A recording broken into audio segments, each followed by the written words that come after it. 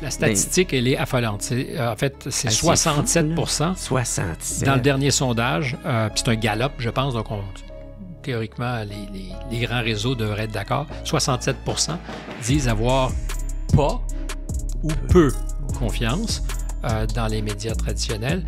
Et c'est un Américain sur 10 qui a parfaitement confiance. C'est désastreux. C'est le pire des bulletins de... Yes sir, what's up tout le monde? Ici votre animateur Jer Alain. J'espère que ça va bien, j'espère que vous avez passé une excellente semaine tout le monde. Cette semaine, on a reçu un invité vraiment incroyable que je suis vraiment très honoré de le recevoir sur le podcast. C'est l'animateur et journaliste Stéphane Bureau. Fait qu'un énorme merci à Stéphane d'être venu sur le podcast. Je le trouve tellement inspirant, le regarder aller, son éthique de travail, je le respecte tellement beaucoup. Là. Fait qu'un énorme merci d'être venu sur le podcast. Juste avant que je vous laisse écouter le podcast de cette semaine, juste vous rappeler et dire un gros merci à mes commanditaires qui sont procafetière.ca et les cafetières Bellucci. Hein, si vous voulez une bonne cafetière, choisissez une Bellucci. Hein. Quand on veut commencer une bonne journée, il faut un bon café, mais pour ça, il vous faut une cafetière Bellucci. Fait que procurez-vous-en une. Et si vous le faites, faites affaire avec procafetière.ca parce que c'est eux autres les experts en café. Ils sont situés à Varennes dans leurs locaux. Allez les voir ou sinon vous pouvez toujours aller au procafetière.ca. Fait qu'encore une fois, merci de nous encourager à continuer ce podcast-là. C'est grâce à eux autres que je peux continuer à faire ça, ce beau projet-là. Et aussi, juste avant que je vous laisse écouter le podcast, vous rappelez que si vous voulez m'encourager personnellement, vous pouvez vous abonner à mon Patreon au patreon.com/whatsuppodcast. Ça vous permet de regarder tous les podcasts d'avance, hein, pas besoin d'attendre qu'ils sortent en ordre chronologique un mois plus tard sur YouTube. Et c'est pas cher, c'est 3-4 piastres. Pour vous autres, c'est pas grand chose. Pour moi, ça fait vraiment toute la différence. Puis en ce moment, j'ai vraiment des problèmes avec YouTube. Je me fais souvent démonétiser. Fait qu'une bonne façon de m'aider à me financer pour que je puisse continuer ça, c'est en vous abonnant à mon Patreon. Fait que sur ce, si vous voulez m'aider aussi, vous pouvez toujours vous abonner à ma chaîne YouTube. Hein, laissez un petit thumbs up, écrivez un petit commentaire positif.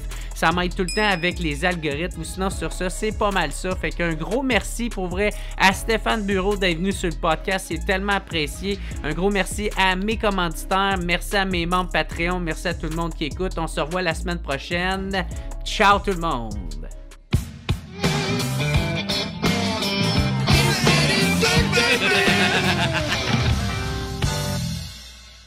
Fait que what's up tout le monde, bienvenue au What's Up Podcast. Aujourd'hui, je suis très content de le recevoir.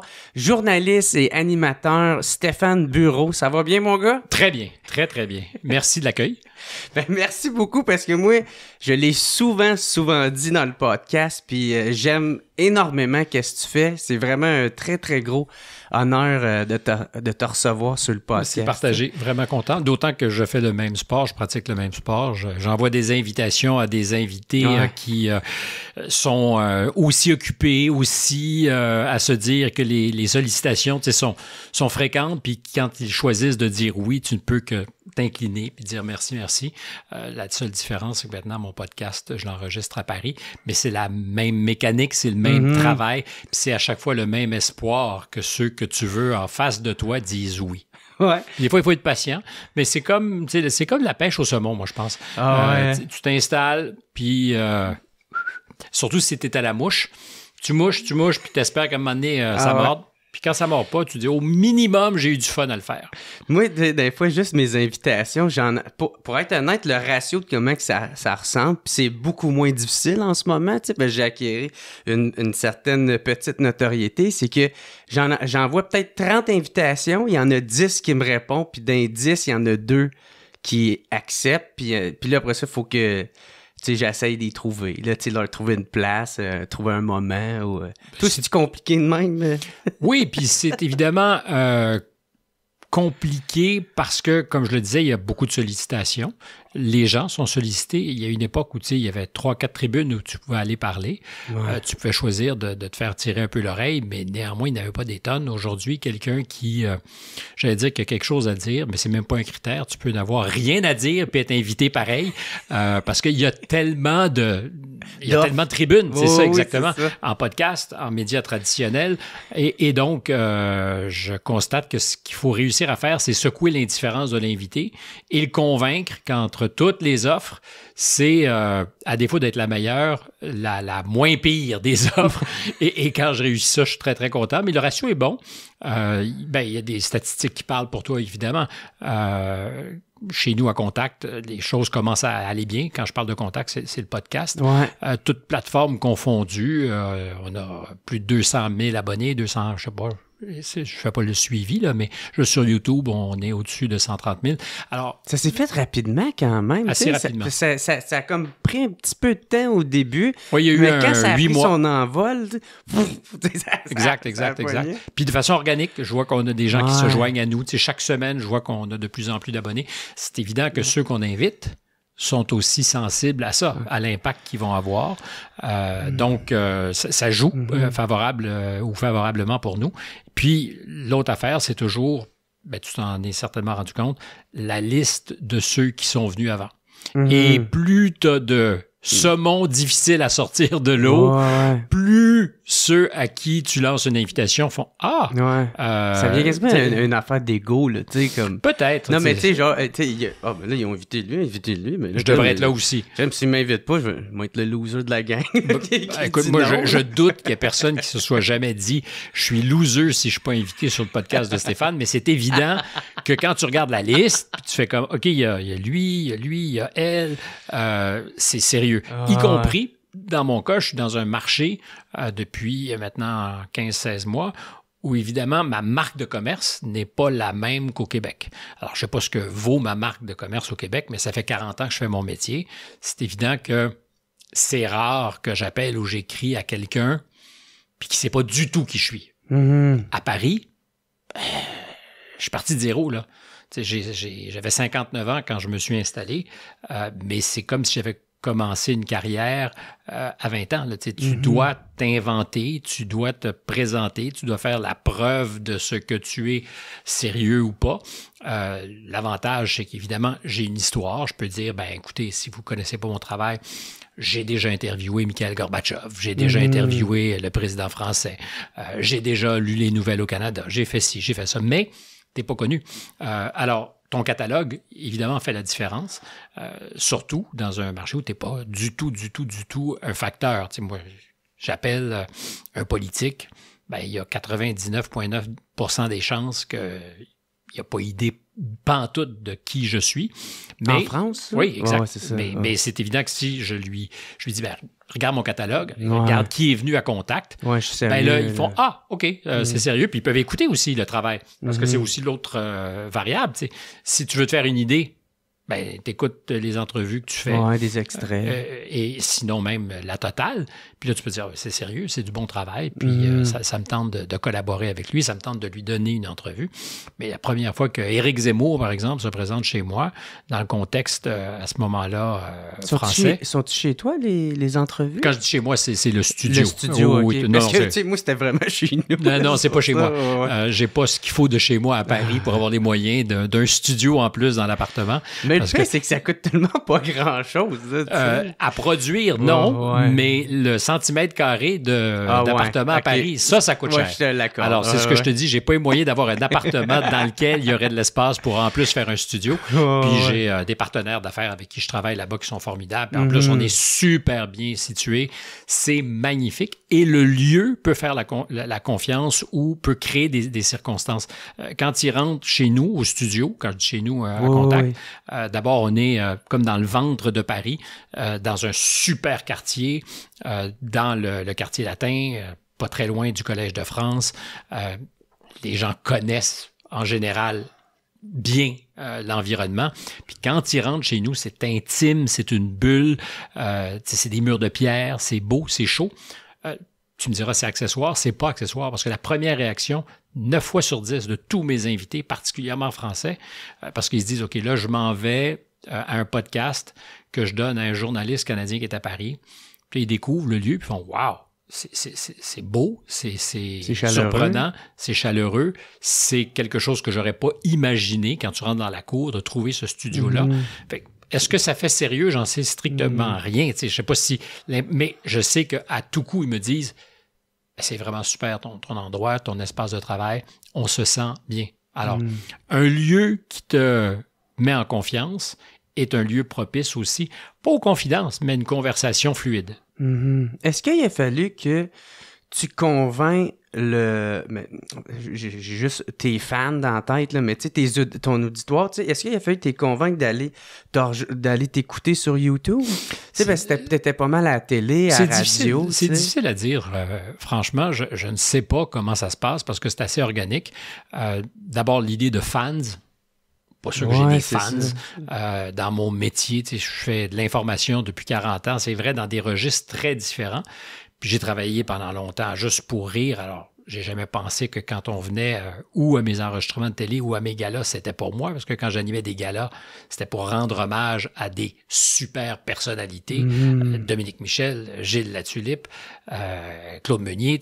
On venait voir le gala hommage parce que la personne à qui on rendait hommage était conséquente, c'est une grosse personnalité et accessoirement l'animateur et aussi le concepteur du gala s'appelait Stéphane Bureau, mais quand tu me parles de fans, alors je ne sais pas comment ça fonctionne, mais tu sais, je me vois pas complètement en dehors du monde du spectacle, parce que je pense que même fait très sérieusement l'information, à la télévision en tout cas en particulier, tu es toujours un peu à la lisière du monde du spectacle. Tu es dans la représentation et dans la volonté de fédérer le plus grand public possible.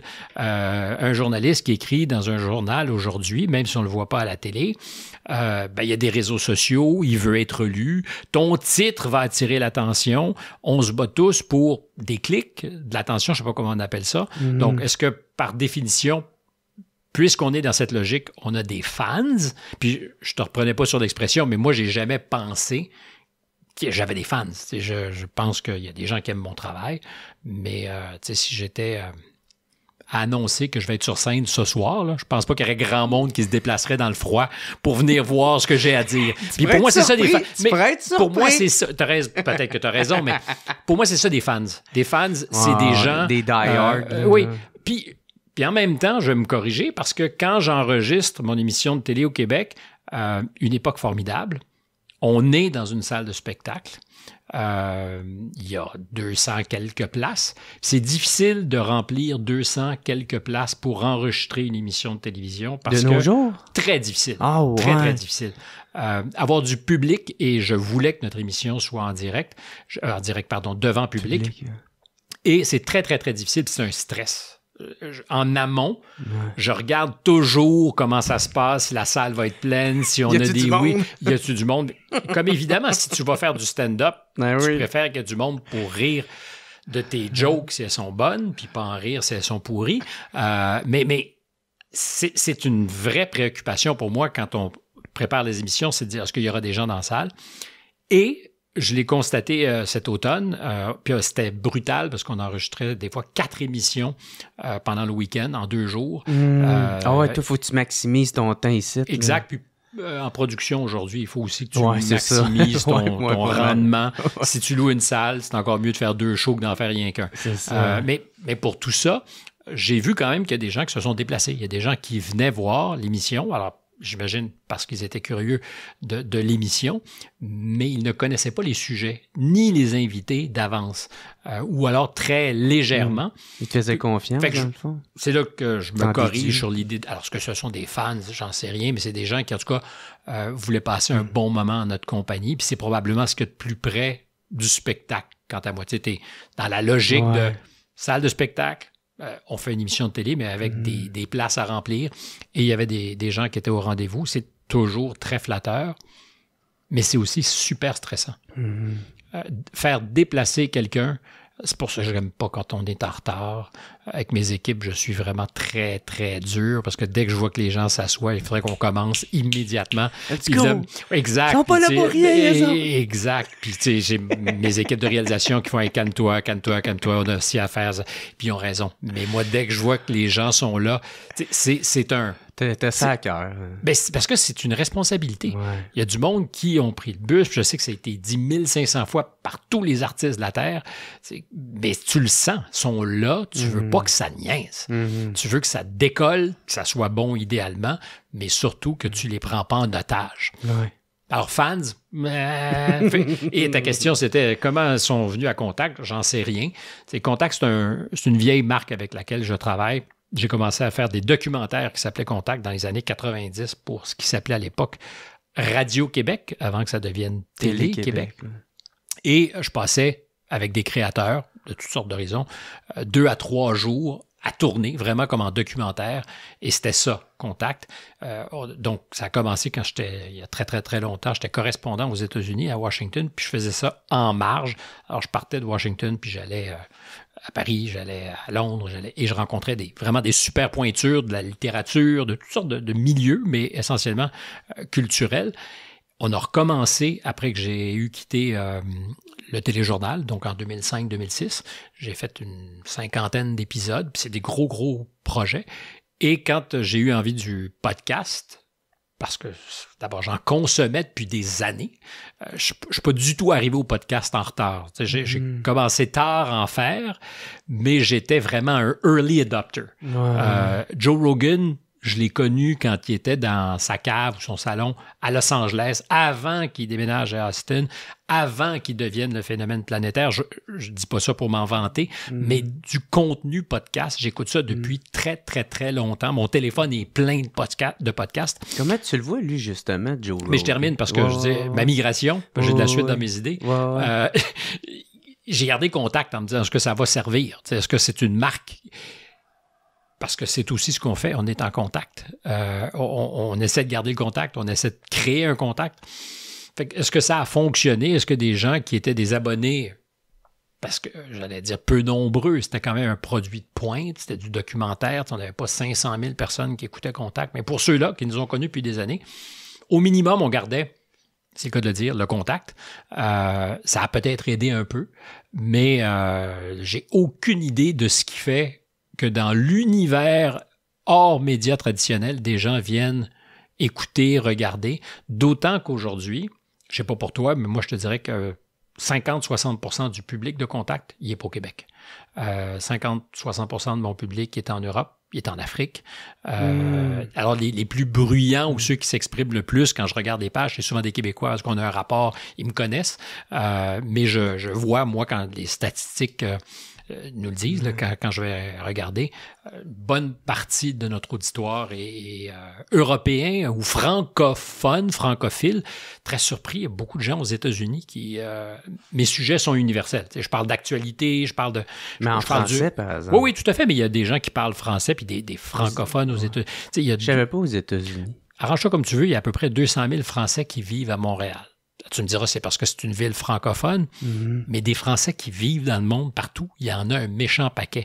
Tu sais, à Londres, à une époque pas très lointaine, tu avais une des plus importantes communautés françaises, tout pays confondu, c'est-à-dire que c'était comme la 8e ou 7e ville française. Pas en France, mais française par l'ampleur de la communauté. Je dis peut-être une bêtise, c'était peut-être la 9e ville française. Mais c'était quand même important. Mais elle n'était pas en France. Ce que je veux dire, c'est que la 9e ville de France en termes de population, c'était Londres. Donc, juste des Français, il y en a beaucoup, beaucoup, beaucoup dans le monde. Puis des francophiles, il y en a aussi, des Américains qui parlent français. Alors, je ne peux pas t'expliquer, sinon que c'est vraiment cool de savoir que la personne que tu as envie de rencontrer, la rencontre que j'ai envie d'avoir suscite de l'intérêt et pas juste dans ce qui serait mon marché naturel, c'est-à-dire le Québec ou le Canada en français. Puis à ta question sur Joe Rogan, parce que tu as vu, c'est le fun dans le gars qui fait les réponses et les questions. Tu vas te faire un café, on s'en reparle dans 15 minutes. Je suis trop bavard. Joe Rogan, d'abord, est-ce que tu l'écoutes? Est-ce que c'est une inspiration? Pas du tout. Non, ben j'ai écouté peut-être 2 épisodes parce que moi, j'étais un gros fan de Doug Stanhope, mais ou sinon, pas vraiment. Mais il y en a beaucoup qui m'ont comparé à lui que pour moi, c'est un beau compliment, mais tu sais, je m'accorderais pas ce titre-là. Là, ben, mais... D'abord, c'est vraiment un poids lourd de l'écoute. Ouais. Il faut voir que son entretien avec Donald Trump à une semaine des élections est téléchargé 50-60 millions de fois. C'est fou quand tu regardes les chiffres. Puis c'est la capacité qu'il a de rejoindre depuis des années, mais des personnalités extraordinaires. Tout domaine confondu. Exact. C'est ça qui beaucoup de scientifiques, ça me plaît, et souvent des scientifiques qui peuvent être aussi contestés, mais c'est la marque de commerce de Rogan, et c'est en ça, moi, qui m'intéresse. Et il pouvait se le permettre parce qu'il ne venait pas du monde traditionnel de l'information. C'est un gars, j'ai besoin de faire le topo, qui vient du monde des arts martiaux mixtes, qui a animé de la télé-réalité. Fear Factor. Exact.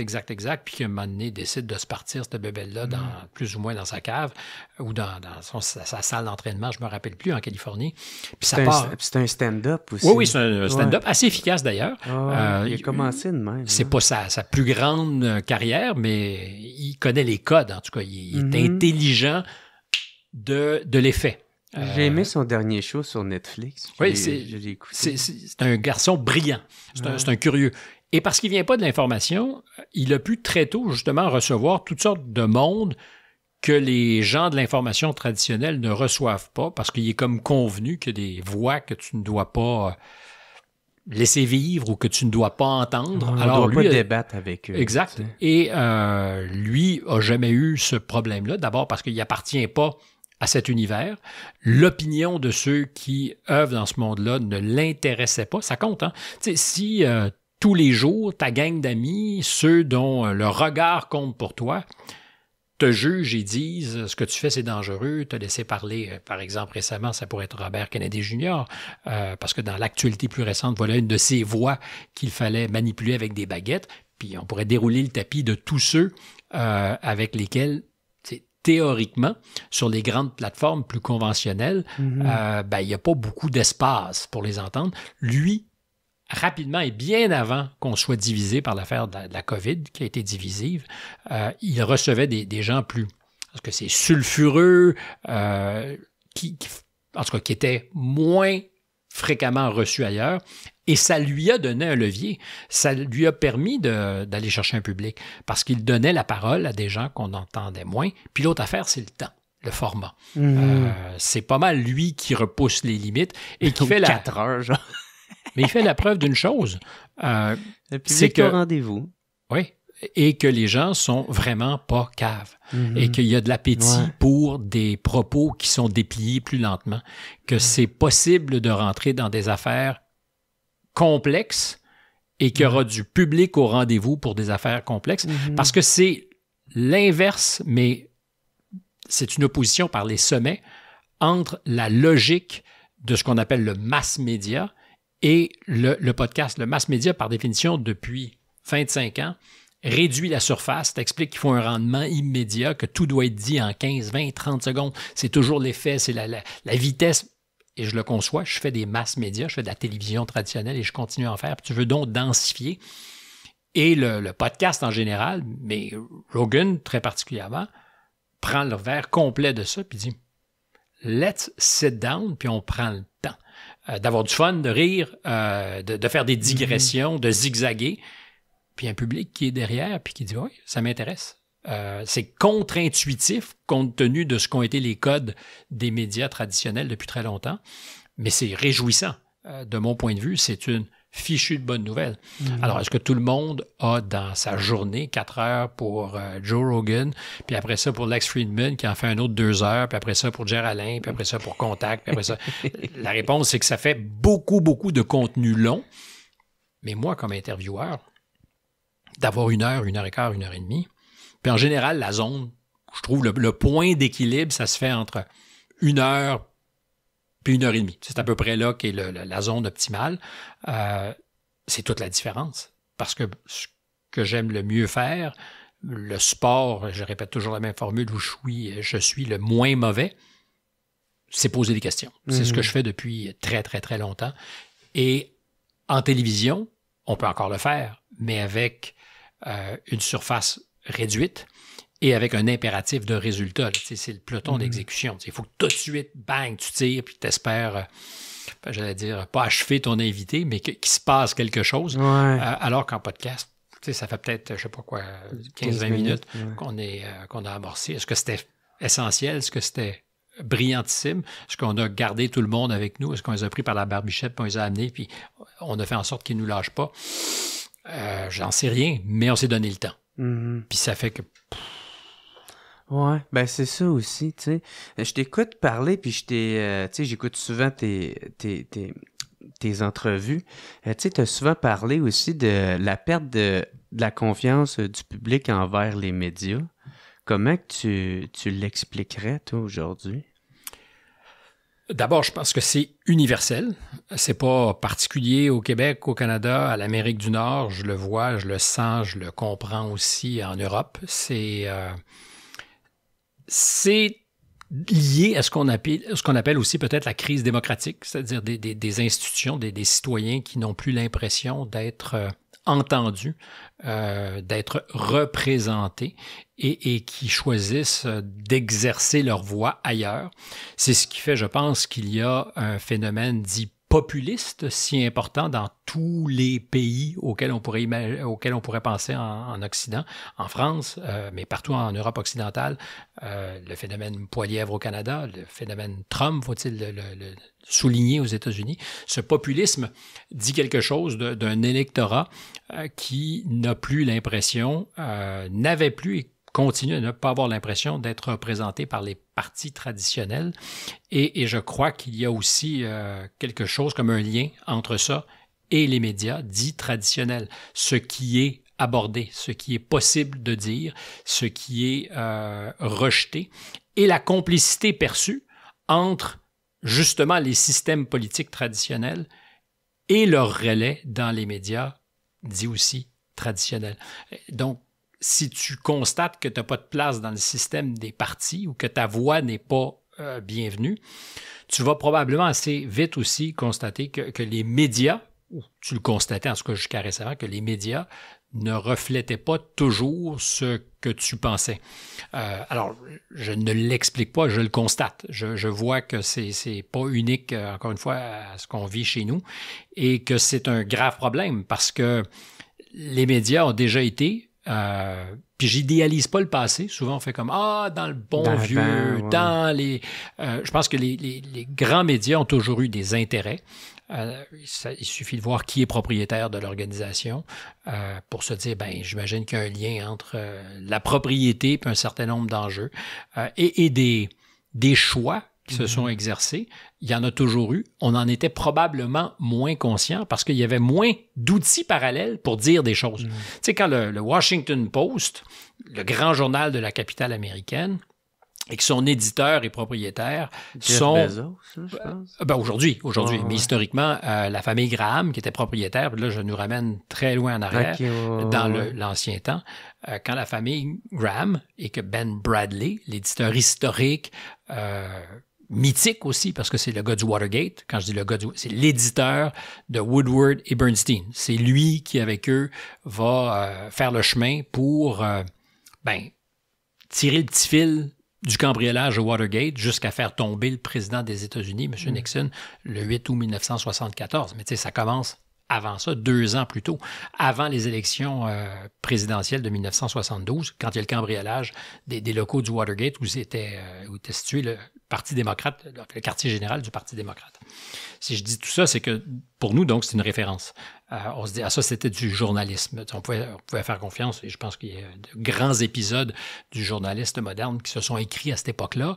L'affaire des Pentagon Papers aussi, quand et le New York Times et le Washington Post conjointement décident de publier cette histoire alternative de la guerre du Vietnam, qui est l'histoire qu'a fait écrire le Pentagone pour savoir exactement ce qui se passait, mais qui correspondait en rien à ce que le Pentagone disait ou les Maisons-Blanches disaient sur la guerre au Vietnam. C'est là qu'on découvre qu'il y a un décalage, mais énorme, entre discours officiel et l'histoire réelle. Puis il y a une personne qui met la main sur le document, Daniel Ellsberg, qui devient un lanceur d'alerte lui aussi mythique, et les deux journaux, contre vents et marées, au risque de perdre gros, décident de publier conjointement ce qu'on appelle les Pentagon Papers. Puis là, on se dit, finalement, l'histoire de la guerre du Vietnam qu'on nous dit n'est pas celle qui s'écrit dans les faits, c'est autre chose. La version officielle. Mais la version officielle et la version officieuse ne correspondent pas.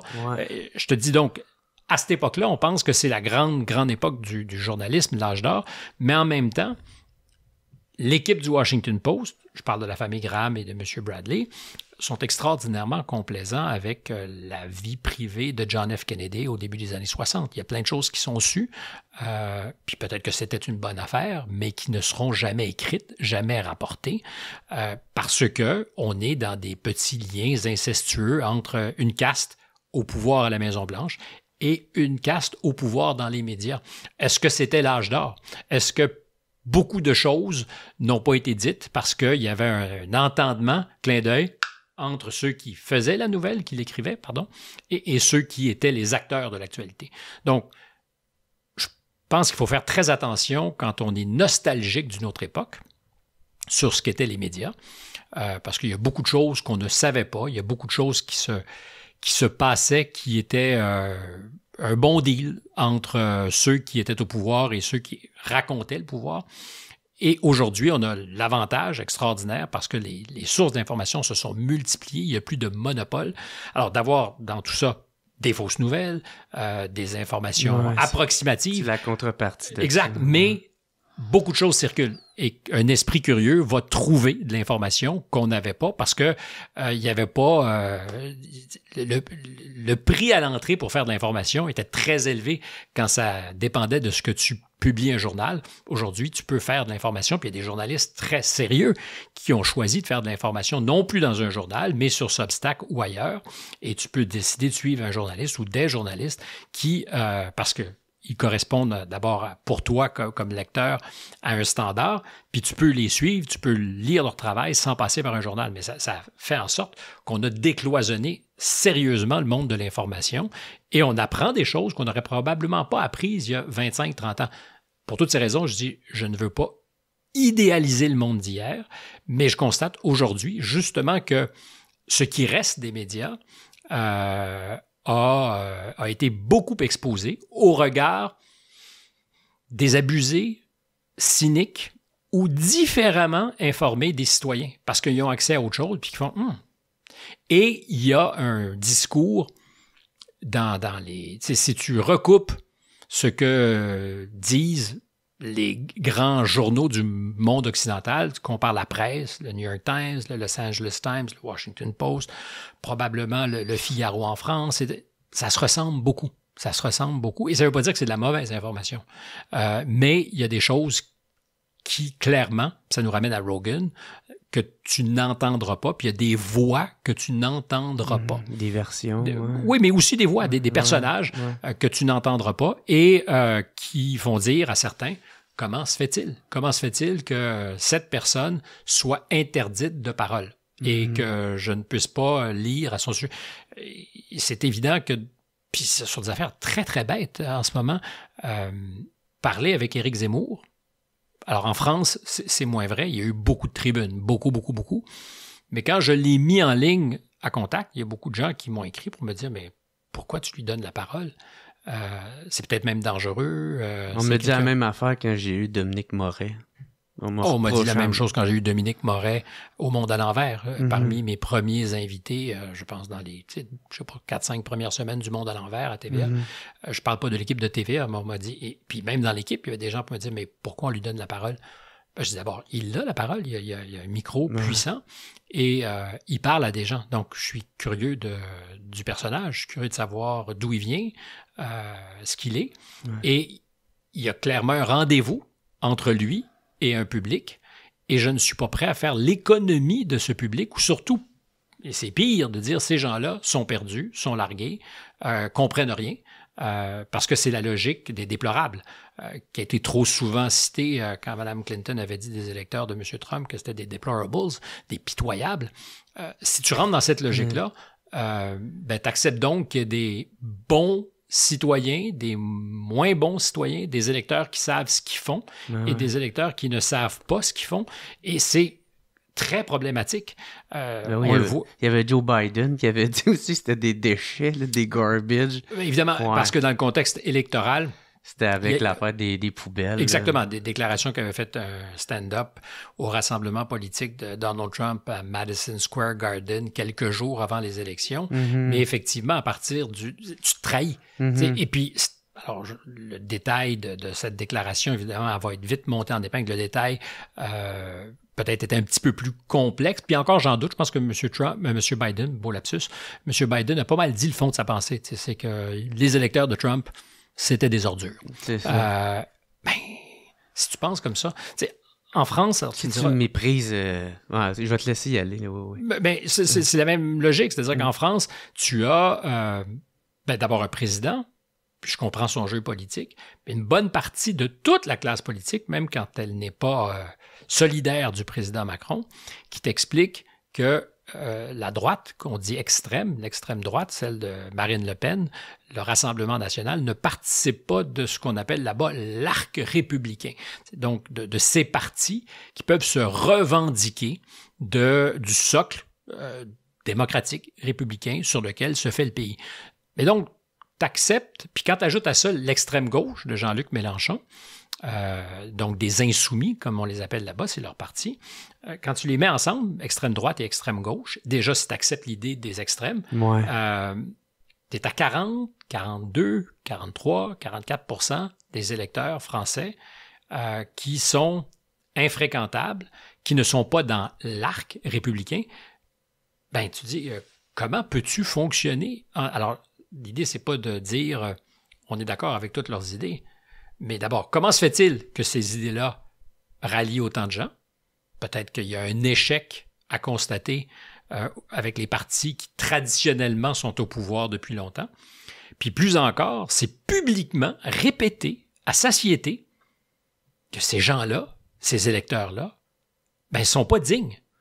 Parce qu'on leur dit très clairement, vous n'êtes pas dans l'arc républicain. On ne fera jamais affaire avec vos représentants. Vous avez envoyé au Parlement, dans le cas du Rassemblement national, à la faveur des élections législatives de juillet dernier, vous êtes le parti qui a envoyé le plus grand nombre de députés au Parlement. Vous n'avez pas une majorité, mais le Rassemblement national est le parti qui a eu le plus grand nombre de députés élus. Et pourtant, on dit de ce parti qu'on ne peut pas faire affaire avec lui. Fait qu'il ignore tout un peuple au grand complet. Oublions le calcul politique, c'est ce que tu dis aux électeurs derrière. Et ces gens-là, ils sont déjà un petit peu en crise dans la vie. Et là, tu rajoutes... Au minimum. Mais pas tous. C'est comme dire les Québécois, les Canadiens, les souverainistes, ça n'existe pas. Si, mettons que demain matin, on dit 38% des Québécois, selon un sondage, sont en faveur de la souveraineté, je fais le pari que c'est très hétérogène et que tu ne peux pas dire les Québécois favorables à la souveraineté, parce que peut-être que là-dessus ils sont d'accord, mais ils ne se ressemblent pas nécessairement. C'est pas nécessairement non plus des gens qui auraient envie de manger à la même table. Donc, les électeurs du Rassemblement national ou du Parti conservateur, revenons au Canada, parce qu'on aime beaucoup fouler aux pieds les électeurs.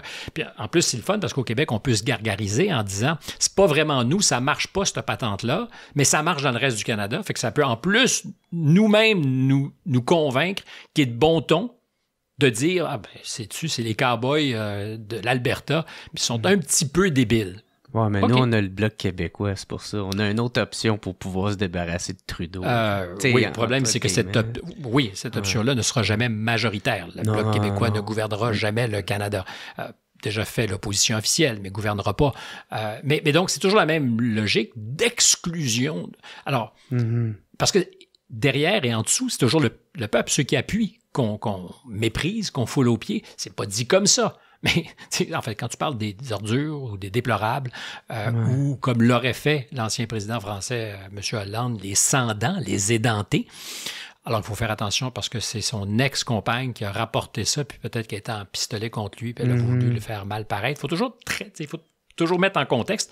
Mais bon, il est possible que M. Hollande ait parlé de certains des électeurs français comme des sans-dents, de ces espèces de tatas qui savent pas ce qu'ils font et donc qui sont inconséquents quand vient le temps de mettre un X sur leur bulletin de vote, sont manipulables. Mais l'affaire, c'est quand tu dis ça, t'aides en rien à l'état du discours public. Là. Qu'est-ce que t'en penses? T'sais, ça fait rien qu'au contraire creuser un encore plus gros fossé entre les deux parties. Oui, et c'est de bon ton. Et c'est peut-être là, pour répondre tout à l'heure à ta question, il y avait, je pense, tacitement, entre les lignes, et il y a encore une espèce d'acceptation par une bonne partie de ce qu'on appelle les médias traditionnels, de ce que ce discours, ce jugement, incarne un certain bon sens. C'est-à-dire que quand on dit qu'il faut tenir à distance le pouvoir du Rassemblement national en France, ben, et peut-être que c'est censé, là, c'est vrai, mais dans les médias, c'est pas mal toujours accepté comme étant la logique. Mais tu fais l'impasse sur ce dont on parle. C'est-à-dire, OK, parfait, mais qu'est-ce qu'on fait des électeurs? Qu'est-ce qu'on fait des gens? On a passé les 8 dernières années au Canada, aux États-Unis et dans le reste du monde à détester Donald Trump. Parce que, et l'unanimité, pour l'essentiel, dans les médias, c'était qu'il était un danger, on nous parlait, et ça se peut très bien que ça soit vrai, on verra, c'est parti en Lyon, on verra ce qu'est le bilan, mais juste avant les élections, c'était l'idée qu'il serait un dictateur. Alors, il y aura des gens pour dire, ben ça ressemble à ça, là, parce qu'il ne gêne pas, il gouverne, puis c'est vrai qu'il gouverne comme on n'a pas souvent vu quelqu'un gouverner aux États-Unis, sinon ailleurs dans le monde, mais cette idée qu'il serait dictateur, parce qu'il avait fait une blague sur « je le serai » pendant 24 heures, bon, à ce jour, le dictateur qui prend les pleins pouvoirs sur tout, c'est pas encore arrivé. Mais j'accepte qu'il y a des gens qui nous écoutent qui disent Stéphane, tu fais une erreur parce que c'est commencé, il est. Bon, en tout cas, pour l'instant, il y a des institutions qui fonctionnent en face de lui. Le dira. Oui, mais puis, il a suspendu ou voulu suspendre le droit du sol qui fait que si tu viens au monde aux États-Unis, tu es automatiquement américain. Bon, immédiatement, ça a été contesté devant les tribunaux parce que constitutionnellement, c'est loin d'être gagné. Donc, je connais pas beaucoup de dictateurs qui sont vulnérables devant les tribunaux pour des décisions qu'ils auraient prises. Alors, encore une fois, oui, le temps nous le dira. Pour l'instant, il n'est pas tout à fait ça, mais on a passé beaucoup de notre temps et de notre énergie depuis 8 ans à diaboliser le personnage sans jamais vraiment faire l'équation de ce que ça signifiait pour les gens qui étaient montrés du doigt en même temps. Fait que si tu lis le New York Times puis on te dit ton candidat, c'est un trou de cul odieux, ben la conclusion, c'est que tu en es peut-être un aussi. Non, t'es par association, là, tu sais. Et alors, il y a beaucoup de journalistes qui diront c'est pas ce qu'on voulait dire et c'est vrai. Mais on a, d'une certaine façon, accepté l'idée que c'était des électeurs un peu défaillants qui faisaient le mauvais choix parce qu'ils mettaient... c'est là que la logique... Au nom de la démocratie, il faudrait faire taire certaines voix qui menacent la démocratie en faisant le choix du mauvais personnage. Mais oui. C'est pas une démocratie. Donc, est-ce qu'il faut disqualifier ou certains personnages en amont parce qu'ils sont dangereux pour la démocratie? J'ai pas de réponse. Hein. Mais ça, ou dire, ben là, il faut une carte de compétence si t'es électeur parce qu'il faut qu'on sache si tu vas faire le bon choix. C'est comme si on refuse l'existence de l'adversaire politique. Et c'est vrai que cet adversaire politique, puis j'ai pas envie de faire un spécial Trump, mais ces adversaires politiques, parce qu'on pourrait aller en Angleterre avec Nigel Farage, Orban en Hongrie, il y en a plein.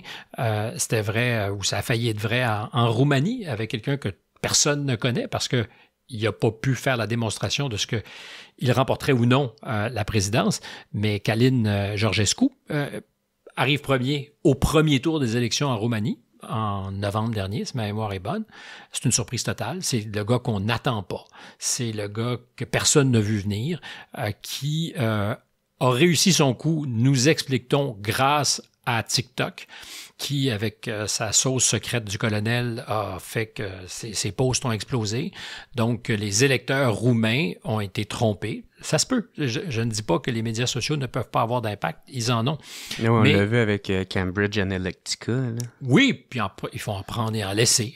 Donc, Donc, l'élection de 2016 serait le fait d'une manipulation des électeurs américains par les réseaux sociaux. On nous a dit à une époque que c'était l'ingérence de la Russie.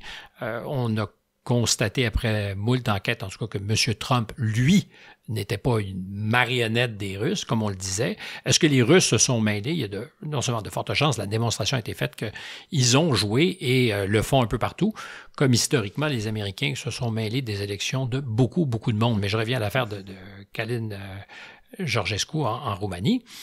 On a, parce qu'on est dans la logique de la démocratie, devant le résultat surprenant. Alors, le personnage qui coche toutes les cases, hein.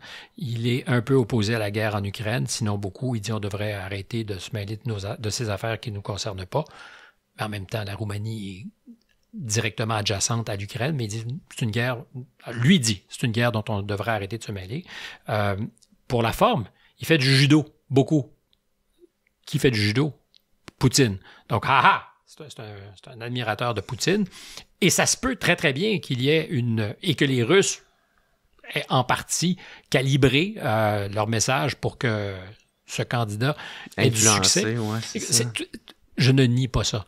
Mais il surprend tout le monde, arrive avec 23% d'appui au premier tour, puis un deuxième tour avec les deux premiers, ceux qui arrivent en première et deuxième place. Puis à 72 heures, c'est suspendu parce qu'on dit TikTok a probablement faussé le jeu. Mais pour l'instant, la réponse démocratique à une menace démocratique, c'est de suspendre les règles de la démocratie. Mm-hmm. Parce que là, il y a l'ancien président, parce que je comprends qu'il est encore là, mais qui est peut-être, sinon certainement pas le choix d'une majorité ou d'une pluralité des électeurs, mais pour le plus grand bien de la démocratie, on en a suspendu les règles. Il y a des paradoxes inquiétants. C'est lui qui continue à être président. Et l'ancien commissaire à l'Europe, Thierry Breton, un Français, qui est très, très fier de cette réglementation stricte sur les contenus sur les réseaux sociaux, ce qu'on appelle la DSA en Europe, Thierry Breton, était tout à fait favorable. Je le sais parce que il se trouve que je travaille sur l'émission à BFM en France où il a été invité comme évidemment responsable, même s'il n'est plus commissaire.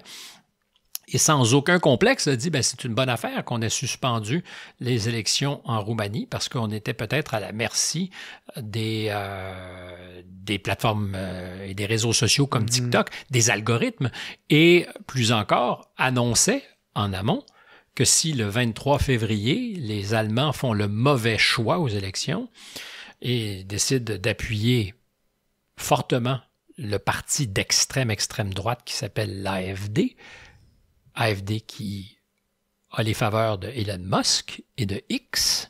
S'il fallait que ça arrive, on pourra dire ingérence, comme on l'a beaucoup entendu, ingérence du patron de X, ingérence d'une plateforme. Donc, les résultats ne sont peut-être pas valides. Mais s'il fallait qu'aujourd'hui... C'est arbitraire de dire ça, là.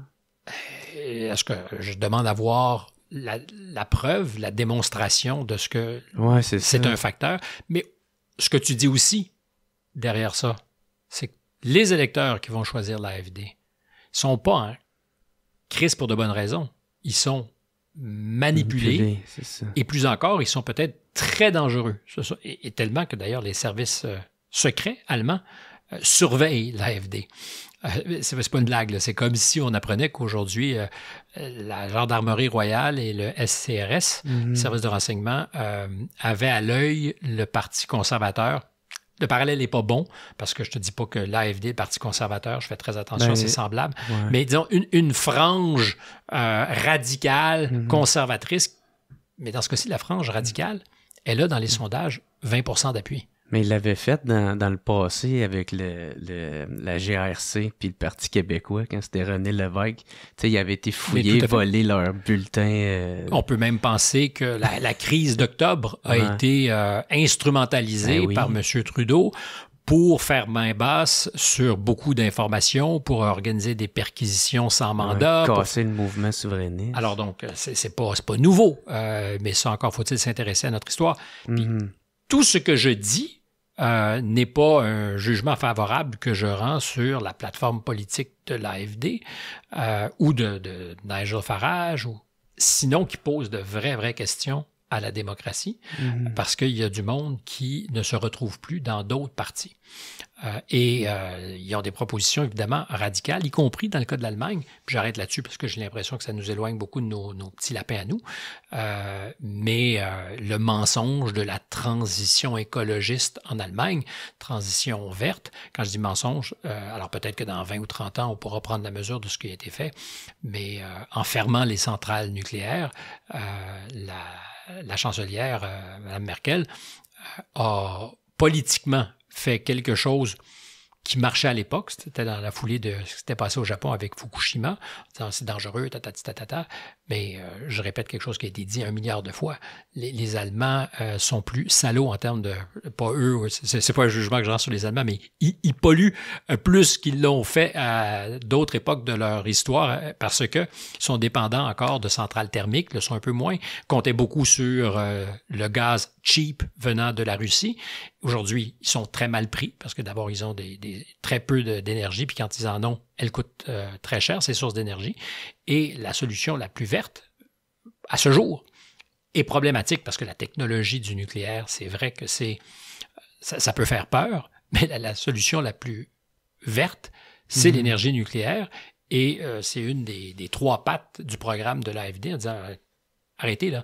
Vous avez gouverné avec les écologistes en Allemagne, parce que les coalitions au pouvoir ont souvent été au pouvoir grâce à l'appui des écologistes, qui ont été très puissants il y a 10 ans, qui le sont de moins en moins. Mais c'est ces écologistes qui ont livré l'absurde. C'est-à-dire qu'ils ont travaillé très fort à une transition qui, à court terme en tout cas, n'était pas exemplaire du tout pour les Allemands. Et dans le discours de l'AFD, c'est de dire, écoutez, avant toute chose, soyons souverains en matière d'énergie et l'énergie nucléaire pourrait être une des solutions. Peut-on rouvrir nos anciennes centrales? Alors, j'imagine plein de questions techniques sur la sécurité liée à ça. J'ai reçu un chercheur en nucléaire, là, puis il a dit que, il me rassurait en y parlant. Il m'a dit, c'est normal, là. On a juste, c'est déjà fait, il y a déjà là fait que ça serait plus simple de continuer avec une centrale nucléaire. Les déchets nucléaires vont déjà être là anyway. Fait que il y en a déjà. C'est un enjeu, la gestion des déchets nucléaires. C'est un véritable enjeu. Et tout ce qui est lié au nucléaire est inquiétant. Parce que... Mais parlons-en, oui. Invitons les scientifiques, parlensons ensemble, pas juste des militants et si on veut faire cette transition verte, si on veut décarboner, évidemment, il faut penser aux solutions énergétiques qui sont efficaces. À ce jour, le solaire, il y a des gains formidables qui sont faits, puis je ne suis pas un scientifique, donc je ne veux absolument pas imposer mon point de vue. On sait que la solution solaire est de mieux en mieux. La capacité de remplacer dans l'énergie mix ou le mix énergétique les énergies fossiles en 5 ans, en 10 ans. En Europe, l'horizon pour interdire le moteur thermique, c'est 2035. Ça, c'est demain matin, dans 10 ans. Ça voudrait dire donc que tous les véhicules, en tout cas vendus, il y aurait du legacy, des vieux véhicules, comme on peut s'acheter une auto des années 50 quand tu es collectionneur, mais ça chuterait puisqu'on ne pourrait plus en vendre de nouvelles voitures avec des moteurs thermiques. D'abord, c'est la consommation d'électricité que ça va représenter, comment tu produis cette électricité et le comment, c'est avec quelle source, parce que c'est du charbon. Donc, on a remplacé l'énergie thermique qu'on utilise dans les moteurs traditionnels par une énergie qui est très sale, qui est le charbon, pour se donner l'électricité qui va faire avancer nos voitures. C'est plus compliqué que ça. Puis c'est en train de... Il y a plein de paradoxes là-dedans. Mais l'énergie nucléaire, dans ce cas-là, peut-elle être complètement éliminée? Les Chinois répondent pour eux. Ce sont les plus grands constructeurs de centrales nucléaires au monde. C'est évident que la réglementation en Chine est beaucoup plus facile à contourner quand c'est toi qui fais les règles. Il n'y a pas beaucoup de débats avec les populations locales. L'indice de, comment on dit ça au Québec, c'est quoi? C'est pas de faisabilité, mais j'oublie l'expression qu'on emploie sur si oui ou non les riverains, les gens qui vivront autour seront favorables. L'accessibilité sociale. Voilà. Ouais. Alors donc, cette variable en Chine, elle n'existe pas. En Inde, elle n'existe pas tellement. Subi. Exactement. C'est un avantage. C'est un très grand avantage. Tu as de la chance de ne pas être dans un camp de concentration. Et de la même manière, en Chine, ils ont les moyens d'avoir fait ce qu'on n'a pas réussi. C'est-à-dire que si tu vas à Pékin aujourd'hui, probablement que 50% du parc automobile, il est déjà électrique parce qu'on a forcé la transition. Mais il faut voir comment tu alimentes ces voitures, avec quelle technologie. C'est des énergies sales. Est-ce que c'est une centrale au gaz, par exemple? C'est aussi dégradation. Le charbon, c'est très cochon. Le pétrole, c'est beaucoup plus efficace, mais ça reste un peu cochon. Le gaz, très efficace, un peu moins. Mais c'est ça, l'énergie mix, c'est la capacité que tu as de faire cohabiter toutes ces sources d'énergie. Est-ce qu'on va être capable de se débarrasser de tout ce qui est fossile? J'en doute. Moi, la statistique que je retiens souvent, puis elle n'est pas précise, mais c'est que dans ce mix énergétique, au début des années 60, la première source d'énergie, c'était le charbon. C'est-à-dire que c'était ce qui faisait le plus tourner l'économie du monde, le charbon, devant le pétrole. Aujourd'hui, le charbon est loin derrière toutes sortes d'autres énergies, mais on en produit 2 ou 3 fois plus qu'en 1960, quand c'était la première des sources, parce qu'on consomme beaucoup plus d'énergie qu'en 1960. Et je pense pas que ça va changer. Le monde de l'intelligence artificielle nous l'apprend à ce jour. Mais Stéphane, je veux pas trop te couper, je vais te laisser terminer ta réflexion, là.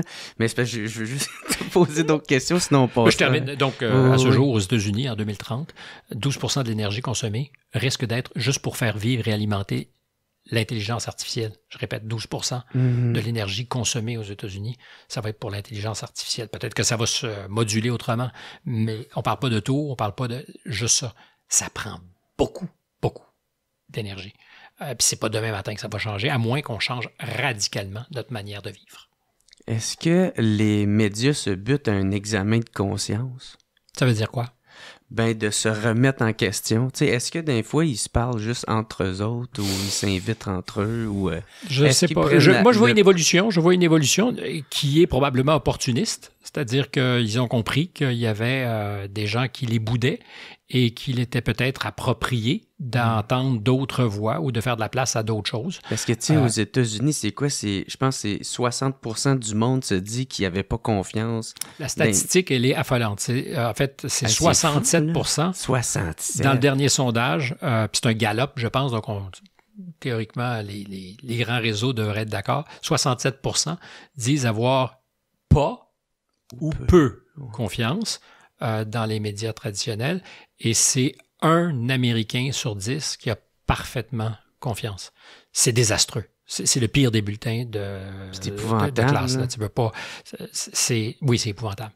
Et c'est très inquiétant parce que ça veut dire qu'on n'est pas capable collectivement d'avoir des références sur lesquelles on s'entend. Pour avancer, il faut, on est à peu près tous capables de dire la Terre est pas plate. Quoique, il y a apparemment bien des platistes. Puis c'est un vrai problème parce qu'il y a probablement des platistes qui disent « Vous m'avez menti sur telle affaire, donc je crois. » Alors, comment tu veux réconcilier, comment tu veux raisonner, je ne le sais pas. Mais c'est un sérieux enjeu si on n'est pas capable collectivement sur un certain nombre de choses, pas d'être d'accord à 100%, mais d'avoir des espèces de plateformes où on peut se dire, on se retrouve, on se rencontre, on peut débattre, on peut avoir des points de vue différents, mais on s'est laissé l'espace pour en discuter. Ouais. Il y en a de moins en moins. Il y en a de moins en moins.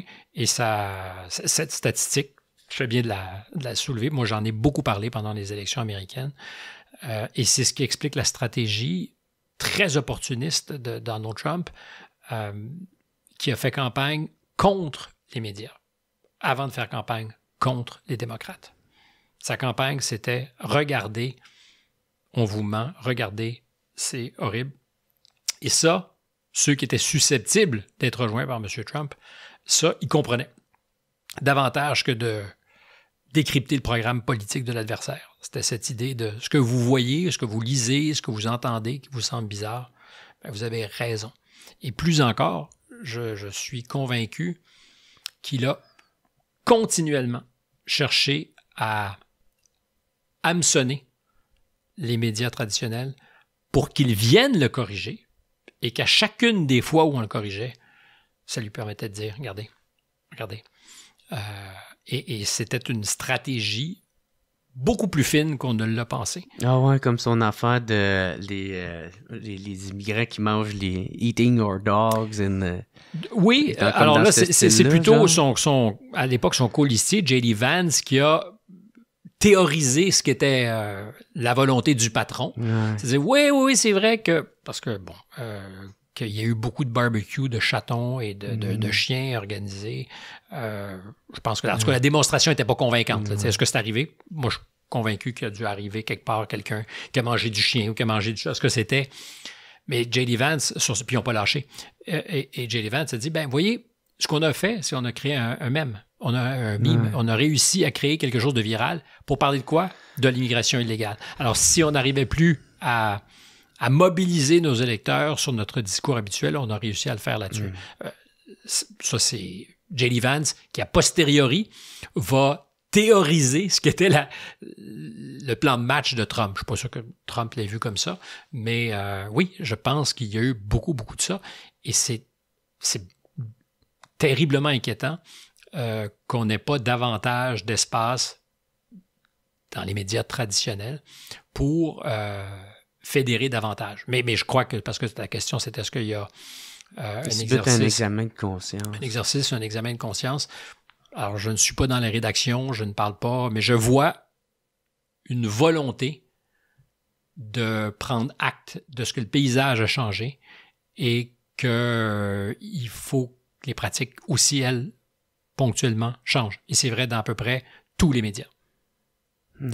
Alors, est-ce que c'est un mea culpa, ou peut-être que, d'ailleurs, pour ceux qui font ce métier, il n'y a pas de mea culpa à faire. C'est-à-dire qu'il faisait le mieux et que la donne a changé puis qu'il faut s'ajuster. Mais je crois qu'il y a un exercice qui se fait chez beaucoup, beaucoup de mes collègues. Je l'entends, je le constate. Parce qu'il y a des rendez-vous qui ont été ratés. Tu sais, tu peux pas, aux États-Unis, en tout cas, faire de l'information et commencer ta couverture de M. Trump en le tournant en ridicule, même s'il crée souvent les conditions pour se tourner en ridicule. Ça, je l'admets volontiers. Mais tu peux pas en faire... C'est quasiment son but. Là, son but, c'est de faire parler de lui. Ça nous ramène encore une fois à la stratégie. Parce que si tu le tournes en ridicule, par extension, tu tournes en ridicule ses électeurs. Ça nous ramène à notre début de conversation. Et je vois les jours qui ont précédé son inauguration et les jours qui ont suivi, le ton était très différent dans l'ensemble des médias américains, y compris médias européens, où soudainement, tu es obligé de constater qu'il emmène large et que son pari a été récompensé. Donc là, on est à des centaines, sinon des milliers de kilomètres de ce qu'était la manière de couvrir la présidence Trump 1.0 et la 2.0. Mais des fois, tu sais, j'ai l'impression, tu sais, qui influence ou qui oriente l'opinion, tu sais, du monde, tu sais, avec l'information, tu sais, ils vont teinter les faits de leur opinion personnelle, tu sais. C'est-à-dire? Je sais pas, les électeurs? Non, quand j'écoute les médias, quand j'écoute des journalistes, moi, c'est ça qui me répugne, tu sais, parce que moi, j'adore le journaliste, je trouve que c'est tellement un métier important. Puis c'est ça parce que je suis zéro Trump, là, je m'en sac un peu, mais quand on me dit que je dois l'haïr, je fais comme Chris, qu'est-ce que t'as à me dire comment penser, cette tabarnak? Invitation à penser pour toi. Mais c'est pour ça que moi, j'aime beaucoup qu'est-ce que tu fais, tu sais, parce que j'ai vu plusieurs extraits, tu sais, qui ont sorti de toi, tu sais, comme mettons qu'il y en avait un dans ta face qui disait qu'il est raciste, puis après ça, que Trump est raciste, puis après ça, t'as sorti plein de statistiques comme quoi que le peuple latina, puis... Et alors, l'un n'exclut pas l'autre, hein, peut-être qu'il est raciste, mais alors t'as beaucoup d'électeurs qui ont choisi que leur meilleur intérêt passait par un candidat différent de rupture qui a effectivement eu des commentaires qui sont troublants et qui pourraient te faire penser qu'il est raciste. Alors, encore une fois, moi, je ne peux pas savoir ce qui se passe exactement dans sa tête, mais je constate qu'il y a une évolution. D'abord, la première statistique dont on n'a jamais voulu parler, c'est que 28 des électeurs latinos, en 2016, votent pour lui, le tiers, un petit peu moins du tiers, alors qu'il fait cette campagne sur le mur, le Mexique, et que tout le monde dit c'est une folie furieuse. Ben, le tiers de ceux qui sont directement interpellés qui disent c'est peut-être pas une folie furieuse. Et on est aujourd'hui à plus de 41-42% de cet électorat qui, en 2024, a voté pour lui. Alors, est-ce que, quand je le traite de raciste, je dis ceux qui sont directement interpellés par ça, par exemple, les Latinos, sont tous débiles, les 42% qui ont voté pour lui. Les 20% d'Afro-Américains, un électeur sur 5, c'est pas énorme, mais c'est le meilleur score enregistré par un républicain depuis je sais pas quand, mais au 20e siècle. Donc, c'est mieux que Mitt Romney, c'est mieux que George Bush, père et fils, c'est mieux que Ronald Reagan. Alors, ces électeurs, ils sont dérangés, Et qu'est-ce que je sais, moi, blanc, de mieux que ce 5e d'électeurs noirs américains qui a fait le choix, le mauvais choix apparemment. Parce qu'on dit, il est raciste. Mm-hmm. Donc, qu'est-ce que moi, il y a quelque chose de très troublant aussi dans notre capacité à dire aux autres ce qui est bon pour eux. Ouais. Et on pourrait ventiler ça pendant une demi-heure, là. C'est sans fin, mais quand je te parlais de M. Musk, en Allemagne avec l'AfD et de toutes ces choses, est-ce que Musk, aujourd'hui, serait un problème pour la démocratie s'il appuyait des partis traditionnels? T'sais, si M. Musk disait, moi, les conservateurs en Angleterre, pas Nigel Farage, les conservateurs, je pense que c'est la solution. S'il avait dit les chrétiens démocrates en Allemagne, moi, je pense que c'est eux qui vont sauver le pays. Est-ce qu'il y aurait beaucoup de monde en Europe pour s'indigner et crier des grands cris d'orfraie parce que il s'est mêlé de ce qui ne le regardait pas? C'est évidemment le choix qu'il fait, ce que M. Macron aujourd'hui appelle l'international réactionnaire. C'est qu'il s'est rangé auprès de ces partis qui, aujourd'hui, effraient. C'est vraiment le cas de le dire. Comment tu trouves la qualité du journalisme aujourd'hui? Est-ce qu'au Québec... Je passe là-dessus. D'abord parce que je n'ai pas d'opinion à émettre là-dessus. Je pratique avec des gens que je respecte beaucoup. Je connais beaucoup de gens qui font ce métier avec sérieux. Je pense qu'il y en a qui le pratiquent justement avec ce que tu disais tout à l'heure, cette idée qu'ils peuvent nous dire quoi penser et ou comment mieux penser. J'ai personne en particulier en tête, mais ça existe. Je pense que c'est une erreur, une vraie erreur. Mais je suis dans une position... où tu peux pas être jugé parti, tu peux pas exister dans cet univers puis décider que j'ai moi justement la capacité de dire ça c'est bon, c'est pas bon, c'est pas... je pense qu'il y a des très très bons journalistes et puis il y en a évidemment des moins bons. Je pense que l'enjeu c'est qu'on distingue pas beaucoup le journalisme d'opinion. Il y a aujourd'hui, ça existe. Ce qu'on appelle du journalisme d'opinion, et qui est très éditorialisé, c'est-à-dire que le journaliste va pratiquer son métier, mais avec une opinion qui est la sienne, puis il la fait valoir.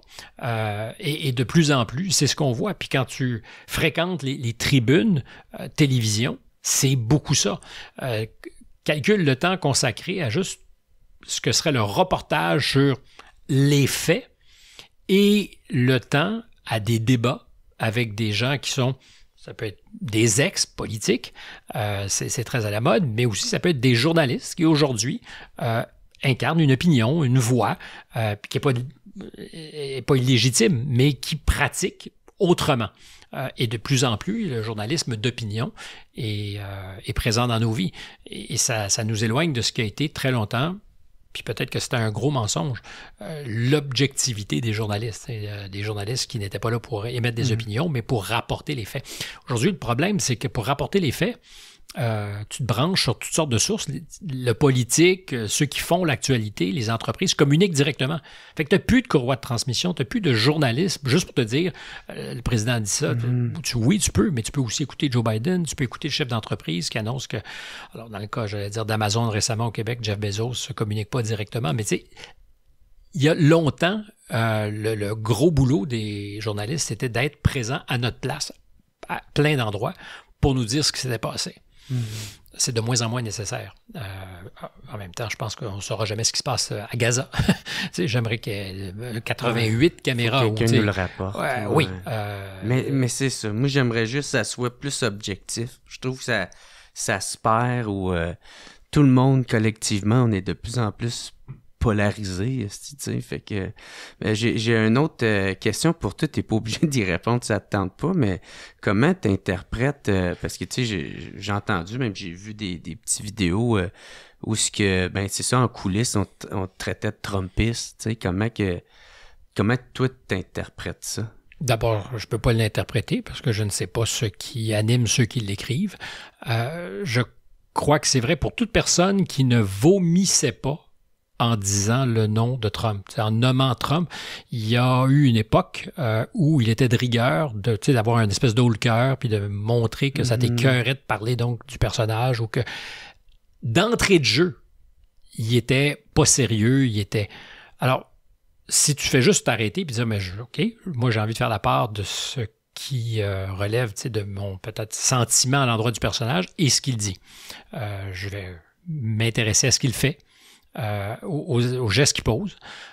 Donc, est-ce que tu étais Trumpiste parce que tu n'étais pas dans la détestation épidermique? C'était un peu ça. Pour le reste, je m'en balance. C'est-à-dire que... Et ça se peut que je me trompe quand je fais des analyses. Ça se peut que ce soit sur Trump ou autre chose. D'ailleurs, Trump n'est pas mon business. Il est devenu un peu pour tout le monde parce qu'il n'y a que beaucoup d'espace, mais je commente et je travaille bien des matières qui ne sont pas liées à Trump. Mais il n'y a pas de réponse à ça. T'sais, par quel bout vas-tu changer l'opinion de quelqu'un que tu ne connais pas, qui est dans son salon et qui te regarde? Il n'y a aucun... Je ne peux rien faire.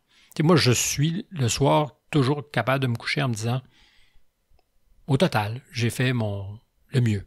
Puis il m'arrive de me tromper, puis il m'arrive de reconnaître que je me suis trompé, de faire mon mea culpa, je l'ai souvent fait, parce que ça va vite, parce que des fois, on dit des choses qui sont, au-delà d'être avérées ou non, qui n'étaient pas suffisamment bien calibrées.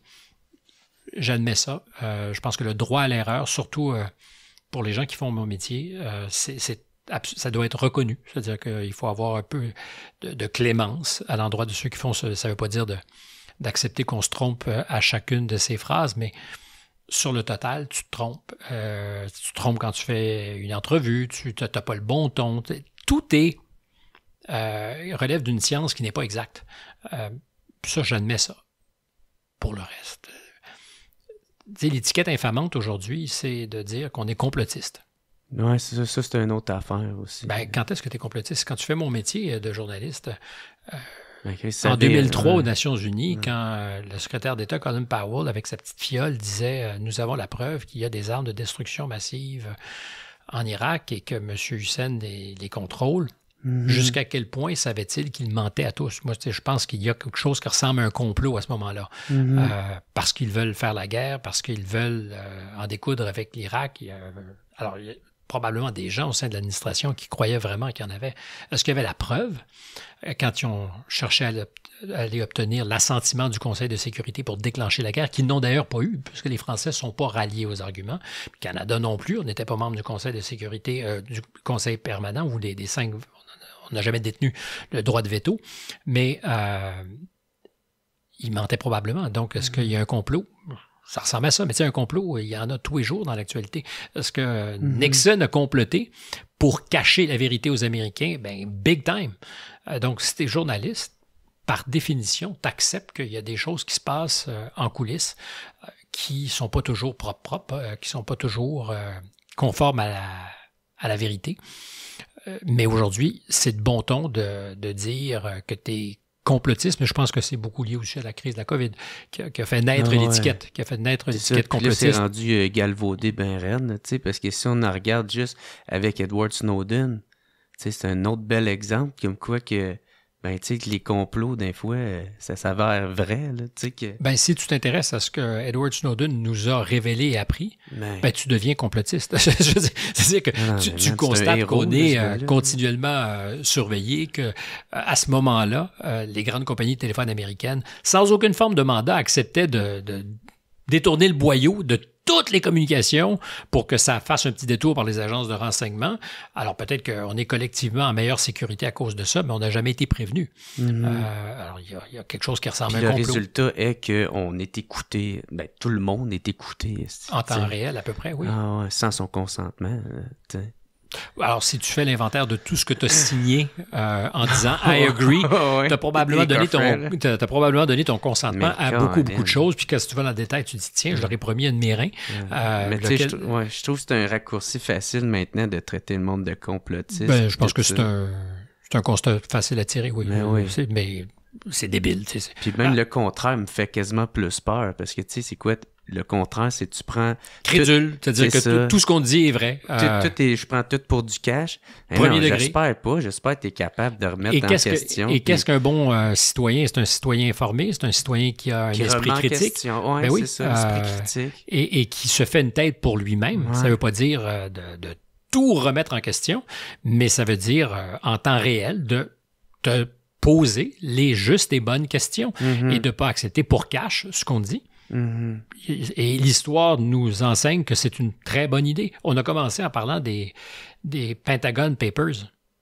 Il y avait un narratif officiel présenté soir après soir à la télévision et dans les journaux américains par, en particulier, les communicants du département de la Défense, par l'appareil d'État américain, qui expliquait qu'il gagnait la guerre, que ça allait bien, une guerre qui a d'ailleurs commencé sous de faux prétextes. Les fameux incidents du golfe du Tonkin où un navire américain aurait été attaqué.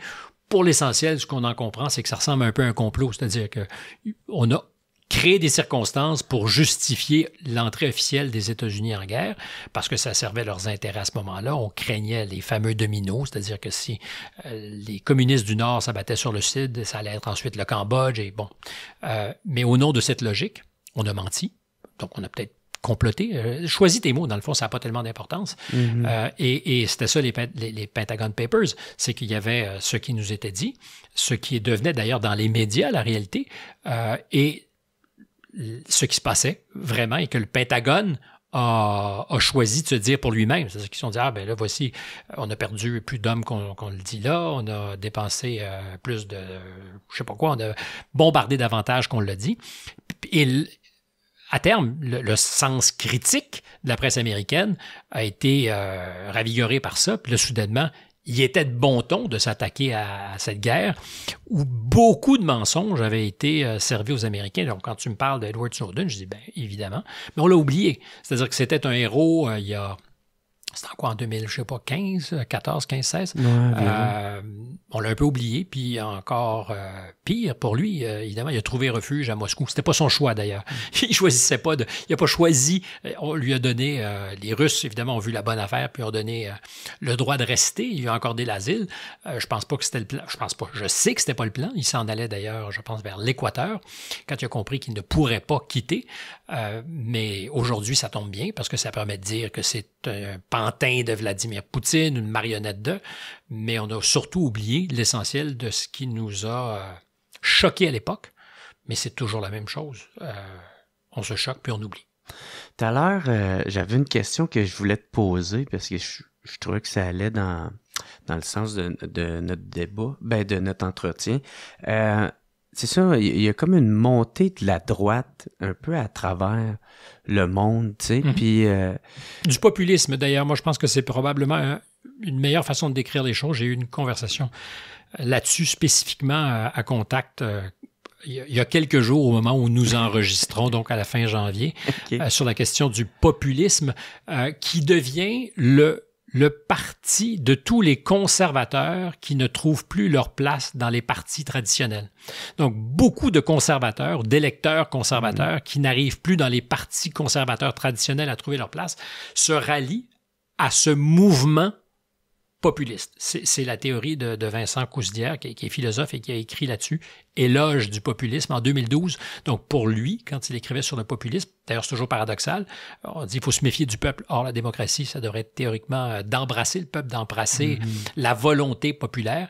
Aujourd'hui, c'est aussi une perversion des mots. Populisme est une étiquette infamante. Si tu es un politicien populiste, il faut se méfier de toi. Et je comprends, parce que dans l'histoire, il y a eu des populistes dont il fallait se méfier.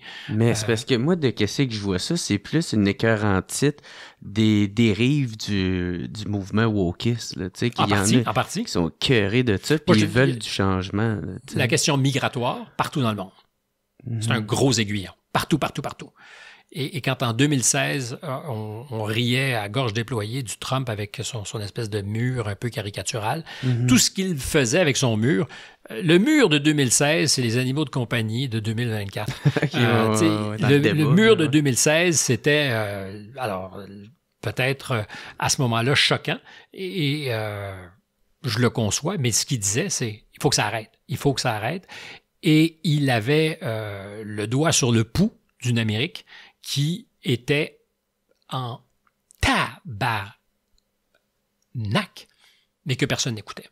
Et en France, tu as la même chose avec ce qu'était le Front national, qui est devenu le Rassemblement national, qui essaie de se respectabiliser, fait de gros efforts, mais le principal atout du Front, à l'époque où c'était le Front, c'était ce qu'il disait sur la question migratoire et que la plupart des grands partis ne voulaient pas constater, parce que si tu le faisais, tu étais raciste. Ou extrême droite. On a toujours tenu pour acquis que le Rassemblement ou le Front national était d'extrême droite, mais c'était surtout des racistes. Et dans le lot, il y en avait très certainement, puis il y en a probablement partout dans ces mouvements populistes des racistes, mais poser la question ne fait pas de toi un raciste. C'est quoi la capacité, où est la capacité d'une société à intégrer et à assimiler des immigrants? Là-dessus, je pense qu'on a collectivement, partout, accepté de ne pas poser la question et accepter de vivre avec les conséquences. Et aujourd'hui, il se trouve que des partis traditionnels, justement de la droite beaucoup plus molle, ou moins extrême, et de la gauche accepte de parler d'immigration en disant il y a peut-être quelque chose qui cloche. Mais alors, quand tu dis qu'est-ce qui se passe, moi je pense, oui, le wokisme, puis alors chaque personne qui nous écoute a sa définition, mais les dérives de ce discours identitaire, de la déconstruction de tout, à commencer par la biologie qui est elle aussi possible comme avenue de déconstruction sur la question du genre et des enjeux qui ont mobilisé, choqué, surpris beaucoup d'électeurs, l'immigration. Et j'ajouterais derrière ça, le monde est terriblement complexe. Gouverner, là, c'est pas simple.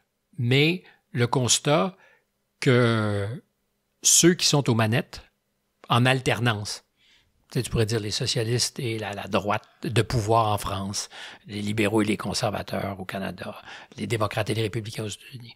Que donc les partis de gouvernement, ceux qui sont théoriquement dans le cercle de la raison, n'ont pas réussi à faire en sorte que les choses aillent vraiment mieux 30, 40 ans après qu'on ait commencé à appliquer certaines recettes. C'est sur les finances publiques, sur plein de choses. As-tu l'impression qu'on est mieux traité dans le réseau de la santé aujourd'hui? Et c'est pas un problème québécois. Les questions se posent en France, elles se posent partout. Et c'est compliqué. Puis il n'y a pas de réponse simple. Mais tout ça ensemble fait qu'aujourd'hui, tu as une partie de l'électorat qui est prête à des solutions de rupture qui étaient inconcevables il y a 4 ou 5 ans et qui aujourd'hui deviennent ordinaires pour bien du monde. Et on pourra peut-être terminer là-dessus. Trump, pour moi, c'est l'incarnation de la rupture avec tous les codes, tout ce à quoi on a été habitué, avec tous les risques possibles de dérive, mais volonté tous azimuts de dire « je joue une autre musique, c'est une autre partition ». Il joue une autre carte. Oui. Et d'ailleurs, il n'est pas républicain. il est MAGA. Donc, oui, c'est ça. C'est quasiment le troisième parti. Oui, c'est ça. On pourrait l'interpréter de même. Je pense que c'est la bonne réponse. C'est Trump. Et c'est vrai qu'il y aura ces personnages qui seront messianiques, prophétiques, qui un peu partout vont se présenter en rupture justement avec le discours des partis pour dire, comme Orban le fait en Hongrie, et puis ça, je dis toujours, c'est pas de le dire qui fait qu'on est d'accord avec ce qu'il a fait, c'est de constater qu'il a canalisé quelque chose, et avec beaucoup de succès sur la distance, en Hongrie, et ça va se présenter de plus en plus souvent dans nos vies dans le paysage politique. En France, au Canada, on verra comment Poilievre, s'il prend le pouvoir, va se comporter, mais c'est un monde différent. C'est un monde et en rupture avec la partitocratie, l'aristocratie des partis. Je pense qu'on est à contempler un univers, en tout cas, où ils vont être moins puissants qu'ils l'ont déjà été par rapport à des personnages hors normes qui imposent une façon de faire qui est en rupture avec les codes. Hey, Stéphane Bureau, c'était vraiment écœurant. Merci beaucoup. J'ai vraiment beaucoup aimé ça. Je te regarde, t'as les yeux tout petits comme un gars qui est fatigué. Je suis pas habitué de me lever, moi, tôt. Moi, je me lève pas tôt. Moi, je suis debout en général à 5 heures. Pour ceux qui nous ont écoutés, il est maintenant 10h21. On a commencé, il y a quoi, 16 heures? 17 heures quand on a commencé? Il y a 1h20. Il était donc tôt pour toi, 9 heures, mais moi, c'est... moi, je me lève. Tu sais, en plus, je me suis couché à 1h du matin hier. Désolé. Mais la journée était pleine aujourd'hui, puis c'était une toute petite fenêtre pendant que j'étais de passage à Montréal. Mais merci beaucoup pour vrai, puis j'aimerais tellement ça que tu reviens, parce que j'avais plein d'autres questions, puis on a fait un petit paragraphe ici. C'est vrai? Oui. Mais c'est pas grave, c'est pour ça que je m'excuse auprès de tous ceux qui te suivent pour avoir été peut-être trop bavard ou d'avoir trop ajouté à ma propre... Des fois, il faut s'en tenir à sa première explication puis pas rien rajouter. Tu dis, j'arrête là. Mais moi, il n'y a jamais de point à mes phrases. Mais pour vrai, merci beaucoup. Tu reviendras. Puis je vais en profiter pour dire un gros merci à mon commanditaire d'aujourd'hui qui est les cafetières Bellucci et procafetière.ca qui t'offrent un sac de café du WhatsApp Podcast. Et le café qui, on le sait aujourd'hui, coûte de plus en plus cher. Ouais, ben, tu vois, il est bon en tabarnak, celui-là. Ben, s'il est bon à m'en prendre, il faut le moudre en plus. Ouais. Des grains entiers. Merci beaucoup. Ça a l'air que c'est apprécié. Ça. Je te suggère d'en prendre la prochaine fois que tu fais une entrevue à 9h. Non pas que c'était pas bon, mais juste pour être... Le mec te coupe à la parole. Exactement. C'est ça. Oh, il continue. Non, mais c'était écœurant. Je te laisse le mot de la fin. Si tu veux, si on veut t'écouter, il y a ton podcast, Contact. Oui. Puis, y a-tu d'autres projets qui s'en viennent? Je sais qu'il y a aussi ton émission, Une belle époque, c'est ça? Une époque formidable. Je vois que tu étais souvent devant ta télévision pour nous écouter. Bravo, l'intervieweur. Il s'est vraiment mis à faire ses devoirs. Une certaine époque, une époque de quoi? J'étais pas loin, là. T'avais époque. Époque formidable qui devrait possiblement reprendre l'antenne quelque part l'automne prochain. Et puis, continuellement en ligne, Contact. Vous faites Contact Média et vous nous trouverez le podcast où je dis qu'on aime s'intéresser à l'ère du temps. C'est jamais les nouvelles du jour, mais ce qui fait que les nouvelles du jour émergent, donc les grandes tendances. Eh bien, merci beaucoup Stéphane Bureau. Merci beaucoup tout le monde d'avoir écouté. On se revoit la semaine prochaine. Bye.